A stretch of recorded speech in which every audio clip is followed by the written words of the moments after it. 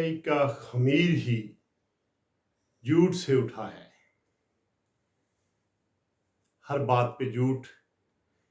कल ही एक नामवर वकील प्रेस कॉन्फ्रेंस कर रहे थे पीटीआई के न्यू चेयरमैन के साथ खड़े होकर और कह रहे थे कि हमने ये पिटीशन दायर नहीं की।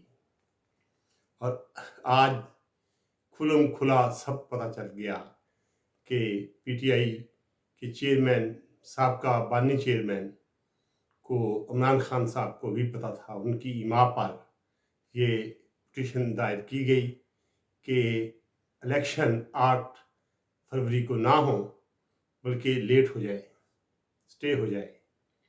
तो वो स्टे हो गया।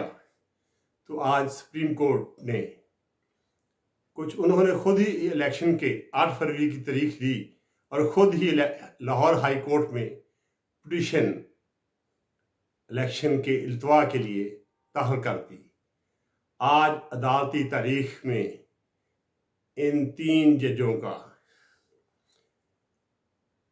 नाम सुनहरी हरूफ में लिखा जाएगा। तहरीक इंसाफ ने एक मंसूबे के तहत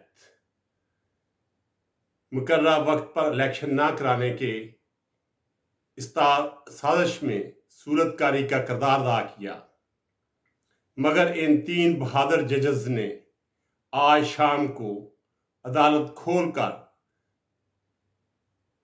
तहरीक इंसाफ की साजिश नाकाम बना दी।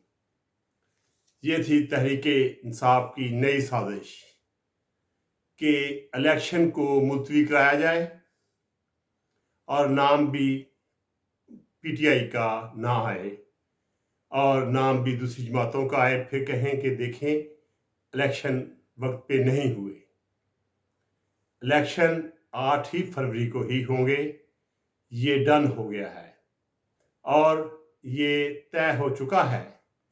आज तो फिर अदालत ने इस पे मुहर लगा दी और इलेक्शन कमीशन को दोबारा हुक्म जारी किया कि वो फौरी शेड्यूल जारी करें।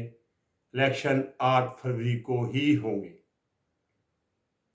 तो पीटीआई को, मुझे वो आ रहा है, कोई शर्म होती है, कोई हिया होती है। पहले इलेक्शन मांग रहे थे, अब इलेक्शन होने लगे तो कहते हैं कि इलेक्शन वक्त पे ना हो, लेट हो जाए। हो सकता है उनकी कोई सियासत इसमें हो, कोई बात हो, कोई लॉजिक हो, लेकिन बात यह है कि वो खुल के बात करें, ना कि वो इस बात को छुपा के करें, दूसरों पे इल्ज़ाम लगा के करें। तो आज उनकी साजिश नाकाम हो गई और इलेक्शन 8 फरवरी को ही होंगे। ये आज इन 3 जजेस ने फैसला दिया, जिसमें चीफ जस्टिस भी शामिल थे। चीफ जस्टिस की सरबराही में ही ये 3 रुकनी बेंच ने फैसला दिया है कि इलेक्शन का फौरी शेड्यूल जारी किया जाए। तो अब इलेक्शन का शेड्यूल जारी होगा और इलेक्शन 8 फरवरी को ही होंगे। आज के लिए इतना ही काफ़ी। खुदा हाफिज़।